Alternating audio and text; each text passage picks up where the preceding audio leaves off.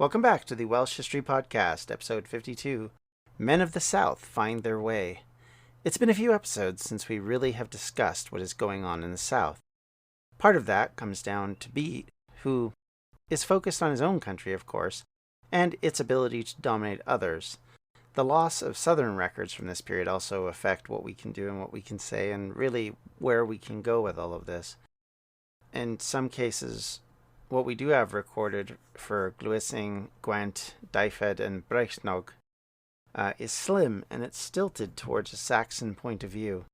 Archaeology of the area suffers from a few things, including the end of Latin as an inscription tool in this period, and the death of the monastic life and the seizure by Henry VIII of those lands, and then, of course, the Norman conquest of Wales from 1067 until 1282, when most of the southeast of Wales was held by the Marcher lords. There just isn't a lot for us to go on. And what we do have is mixed with poetry, fables, legends, and of course myth. But we'll do what we can with the sources we have, and we'll make do to try and fill in at least a bit of the gaps, especially in this 7th century period, which we're talking about right now. One of our major sources during this period is the Welsh Annals, or in Latin, the Annals Cambriae, which is a complex Cambrio-Latin chronicle which was compiled or possibly derived from Latin and other sources in St. David's, and of course that being in Dyfed. The earliest source of the Annals comes from the 12th century, but it's suspected that it may have originated at least as early as the 10th century. Of course, that puts it 100 years after the Histoire Brythonium, and of course even longer since Bede's writings and the Anglo-Saxon Chronicle, for that matter, being collected. So it's not current, it's not necessarily greatly up to date. And of course, to say that these chronicles are somewhat vague and suspect goes without saying, I think, simply because of these kind of problems. And in some cases, they do conflict with what we do know is true, which also creates problems with them.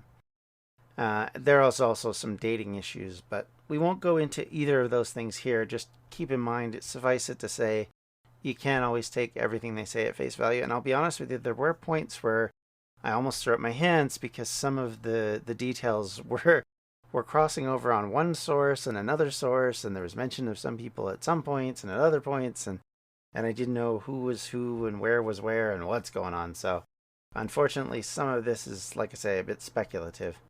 Gwent and Gluising are the kingdoms who inherited the land of the Silures and continued to avoid dominance by either Irish settlers in the 5th century or Saxons in the 6th.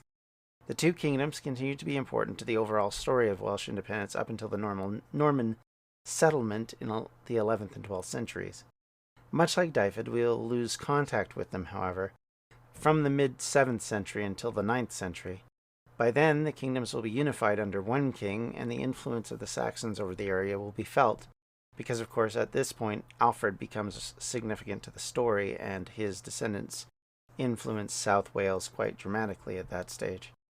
After Dryham, the South Welsh kingdoms continue the fighting against the incursion of these West Saxons.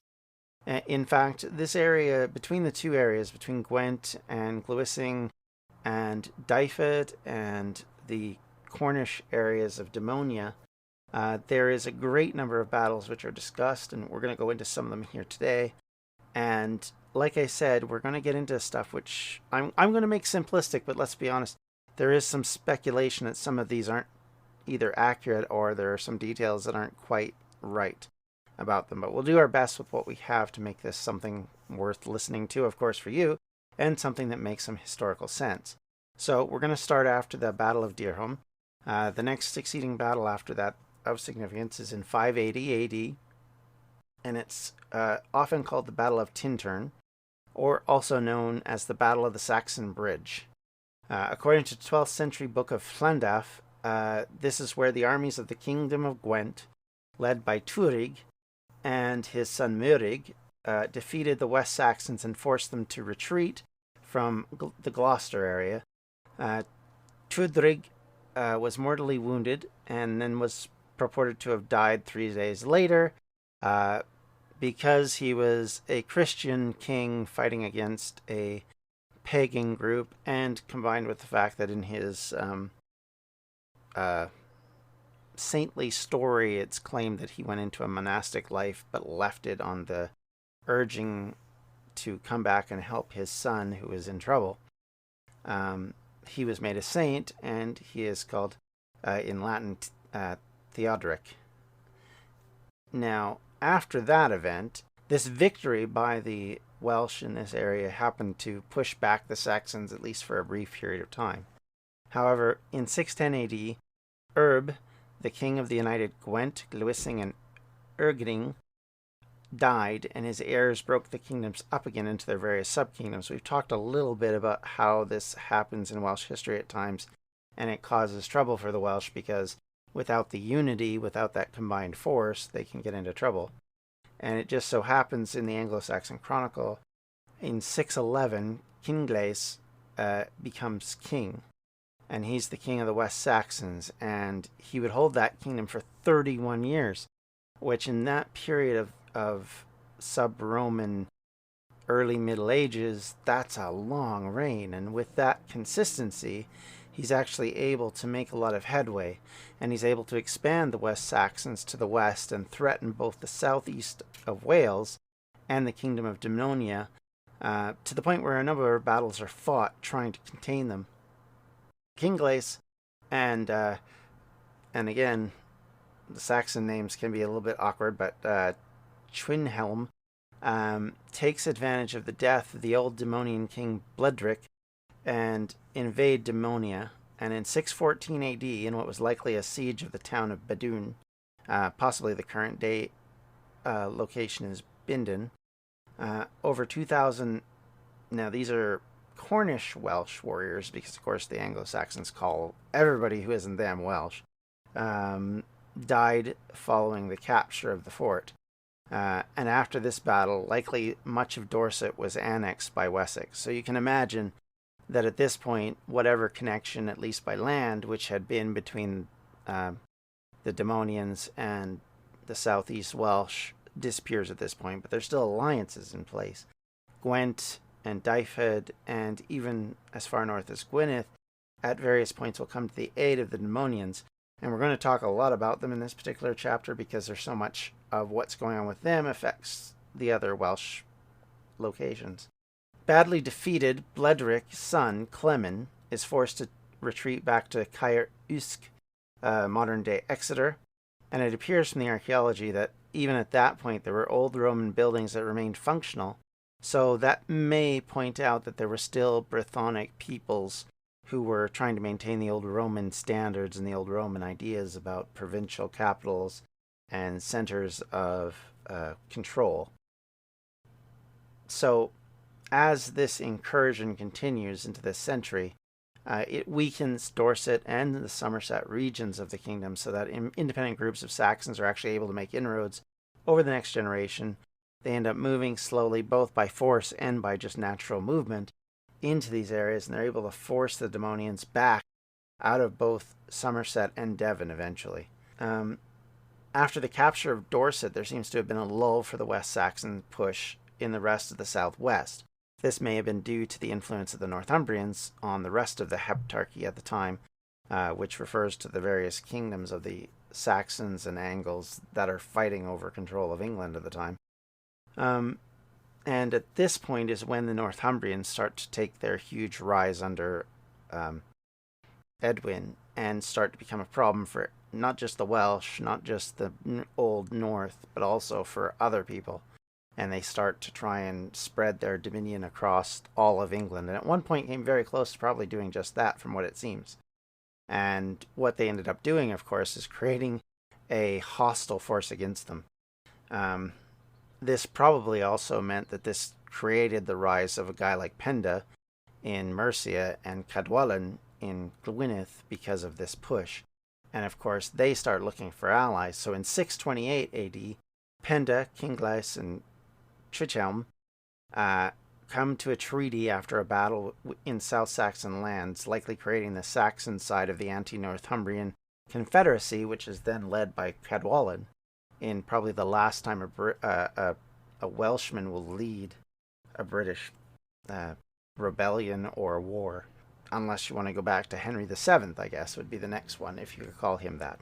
The next mentions of the South Wales are vague references with no context. Found in the Welsh annals is mentioned of the hammering of Dyfed, which the monastery of David was burned.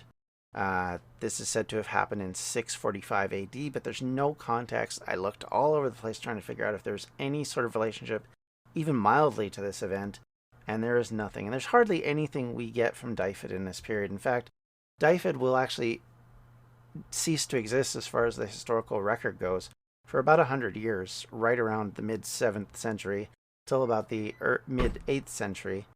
And there's no references to why. They still come out as Dyfed. They're still a part of that kingdom, but there's no references to why. And also, we have no idea who did this, whether it was Irish, Welsh, or Saxon in nature, because of course it could have been any of those. One of these parts of history that frustrates historians because there's tantalizing details, but they're left so completely vacant we just don't know. And whether there even was anything more than this random reference. And I mean, the Welsh annals, much like the Anglo-Saxon Chronicle, has some weird references that are never given any context, or are just totally vacant of what was going on at the time. Like they'll talk about, oh, there was an asteroid seen. Oh, the moon turned to blood this year. Oh, and it's one minimal reference. You don't get another one for 3, 4, 5, 6 years. And in fact, we have a similar situation here. The next reference we have of anything going on is in 649 AD.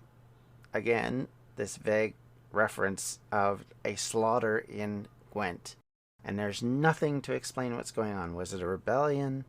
Was it a uprising by a local lord? Was it a invasion by various no idea. We have no context, and it's so unfortunate. And as I say, there's just this tantalizing sense that there's something there, but even archaeology hasn't been able to give us good reason to understand what it was. So we have this vacuum of information in the middle of all of this. So as we move along, however, in 652, and we are jumping forward in time very quickly, I'm afraid, the Battle of Bradford-on-Avon takes place. Now, this is a West Saxon victory under Cynwal against the West Welsh. This battle was recorded in the Anglo-Saxon Chronicle. It refers, when they say West Welsh, they really mean Daemonia. And it was a battle towards the bottom of the Dorset area. It's a battle that was at the bottom of the Dorset area and is key to what is going to happen very shortly, which in 658, just a few years later, and at this point we're actually past Penda, past the results of the fight with Northumbria, where all of these various kings have now died, and the new kings are taking over, and Wulfhere is taking over in Mercia, so there's sort of a lack of other powers at this particular moment in time.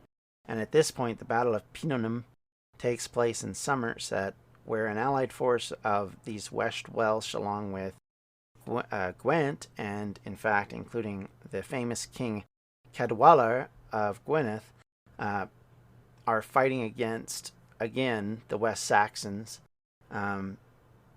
However, again, they lose. And again, they're pushed back. And in fact, these are just categories. And of course, they are mentioned in the Anglo-Saxon Chronicle, so you cannot for sure say that there wasn't victories by the Daemonians and by Gwent that didn't happen at other points in time, but we don't get those. We really only get the stories of wins, not losses, right? Things that make the West Saxons look good, not bad, especially when it's being written from the perspective of the West Saxons. So take that into consideration when you're talking about the Anglo-Saxon Chronicle. Really no different than the Welsh annals, which are being written, obviously, from a Welsh point of view. Now, we're going to touch on Cadwallon a little bit later in his own episode, but I wanted to bring this up because this is likely the last of Gwyneth's power base in that period. And because it fell so quickly after the deaths of Penda and Cadafel, it shows that while there is an ability to spread an opposition from Gwynedd, they're not really able to enforce their will outside of their own territory. And this is kind of a time where we see, and we'll talk about a lot later, the rise of Mercia. And at the same time that Mercia, of course, is rising, ironically after Penda's death, you have the collapse of power bases in other parts of the country, such as the West Saxons will find themselves in trouble fighting Mercia. Northumbria will find itself having a difficult time of it, and the Welsh countries will also find the same problem. These kingdoms will be dealing with a massive superpower basically on their doorstep, and it will force them into a backward step in the process. Now, what that means and what that will come to, we'll talk a lot about in the next episode when we get to talk about Mercia.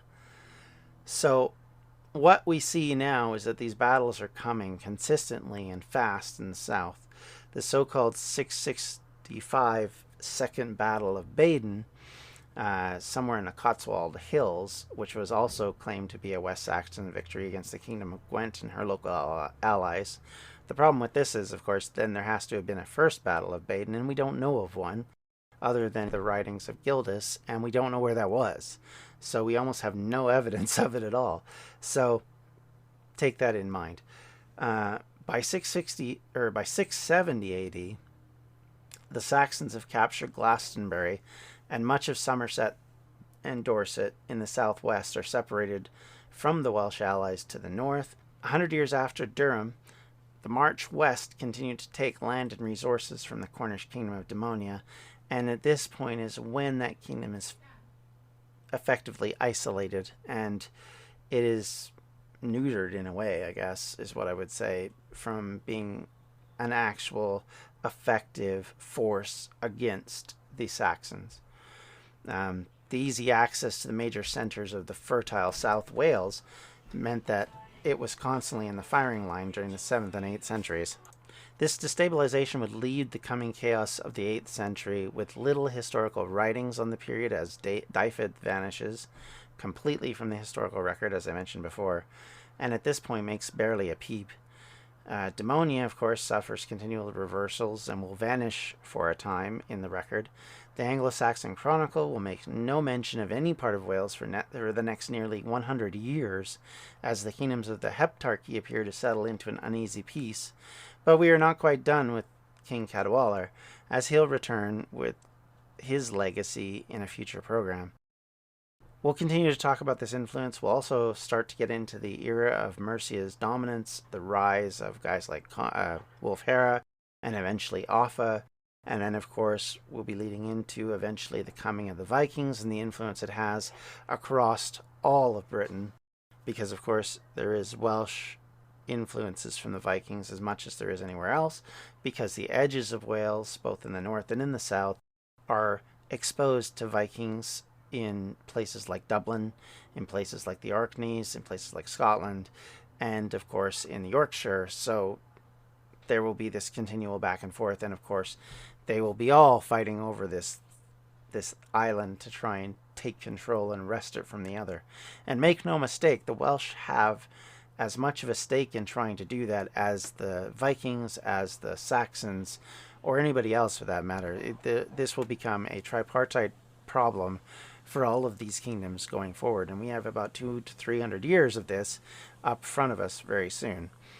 Thank you, everyone, for listening to this week, and if you've had a chance to listen at the beginning of this episode, we did announce 2 of our donors from the Patreon, and I want to thank them once again for their donations. And if you are considering donating, I would very much appreciate it, and there are various tiers, so please go check it out. And very shortly, if not already, I will have a podcast episode coming out specifically out of this group, but related to that Patreon, so please consider having a listen and checking it out. But again, that's something for talk about at a later time. But anyway, if you have any comments, concerns, or questions, please reach me at the Welsh History Podcast. You can visit our website at welshhistorypodcast.com or at history.wales. Until next time, everyone, thank you for listening. Bye-bye. Edge of the Abyss Creations is a proud sponsor of the Welsh History Podcast, your one-stop shop for unique jewelry, paintings, and other crafty creations. You can find us at facebook.com/edgeoftheabyss1. This has been a Distractions Media production. For more info, you can check out everything we do at distractionsmedia.com.